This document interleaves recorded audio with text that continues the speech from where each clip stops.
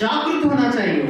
जब भी अपन जो वचन पढ़ते ना वो समझ में आता, అప్పుడే ఆ వాక్యాలు అర్థమైతే నీలో ఉన్న ఆత్మకు ఈ వాక్యాలే అర్థమైతే అప్పటి వరకు ఆ వాక్యాలు అర్థం కావు. పెడ చెవులు పెట్టినటువంటి వాళ్ళం అవుతాం.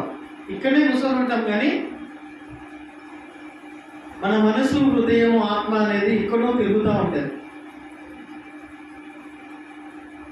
అందుకోసము ఈ విషయాలను చెప్పుకుంటూ వస్తున్నాయి ఇప్పటి వరకు. హల్లెలూయా. నీ ఆత్మ రక్షించబడ్డదా?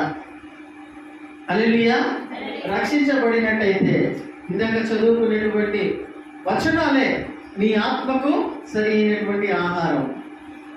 హల్లెలూయా. నీలో నివసిస్తున్న దేవుని ఆత్మకే, నీ దేవుని ఆత్మకు సరి అయిన ఆహారం ఎక్కడ దొరుకుతుంది?